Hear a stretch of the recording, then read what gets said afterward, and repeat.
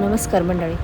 तर आषाढ महिना म्हटले की वातावरणात काहीतरी एक वेगळीच प्रसन्नता जाणवते.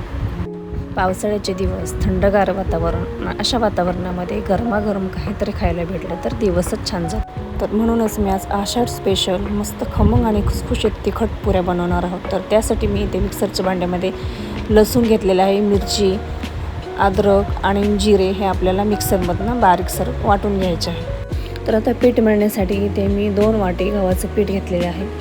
त्याच वाटीने 1 वाटी ज्वारीचं पीठ घेतलेले आहे. 2 ते 3 चमचे बेसनचं पीठ घेतलेले आहे आणि पुरीला खुसखुशीतपणा येण्यासाठी मी इथे 2 चमचे रवा घेतलेला आहे. हे सर्व साहित्य आपल्याला व्यवस्थित मिक्स करून घ्यायचे आहे.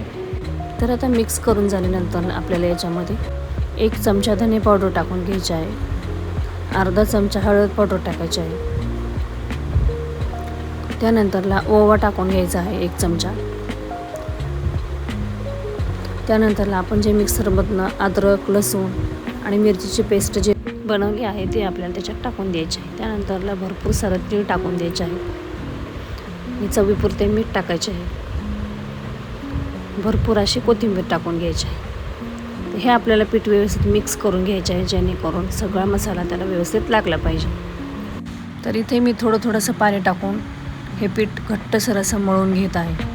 तर हे पीठ मळताना आपल्याला थोडं घट्टच मळून घ्यायचं आहे, जेणेकरून व्यवस्थित आपल्याला पुऱ्या लाटता येतील. पीठ सैलसर मळायचं नाही. अशा पद्धतीने हे पीठ मळून घ्यायचं आहे आपल्याला. तर इथं पीठ मळून झालं आहे. आपल्याला साधारणतः 10 मिनटं हे पीठ असंच मुरू द्यायचं आहे. तर पिठाचे आपल्याला छोटे छोटे गोळे बनवून घ्यायचे आहे. एक गोळा घेऊन त्याला हाताने गोलाकार देऊन घ्यायचा आहे आणि हलक्या हाताने पुरी लाटून घ्यायची आहे. पुरी खूप पातळ लाटायची नाही, थोडी जाडसरच पुरी लाटली तर ती छान फुगते आणि खायला देखील कुरकुरीत लागते. अशा प्रकारे आपल्याला सर्व पुऱ्या लाटून घ्यायच्या आहेत. तिथे कढईमध्ये आपल्याला तेल गरम करायला ठेवायचे आहे.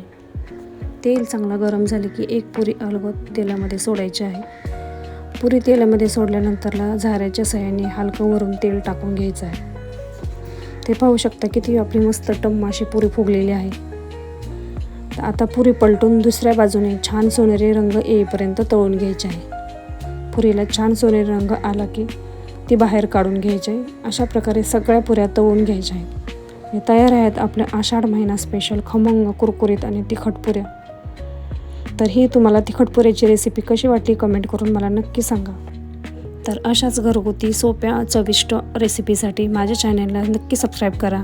तर व्हिडिओ आवडला असता तर व्हिडिओला लाईक, शेअर आणि सबस्क्राईब करा. चला तर मग भेटूया अशाच नवीन रेसिपीसोबत. तोपर्यंत बाय.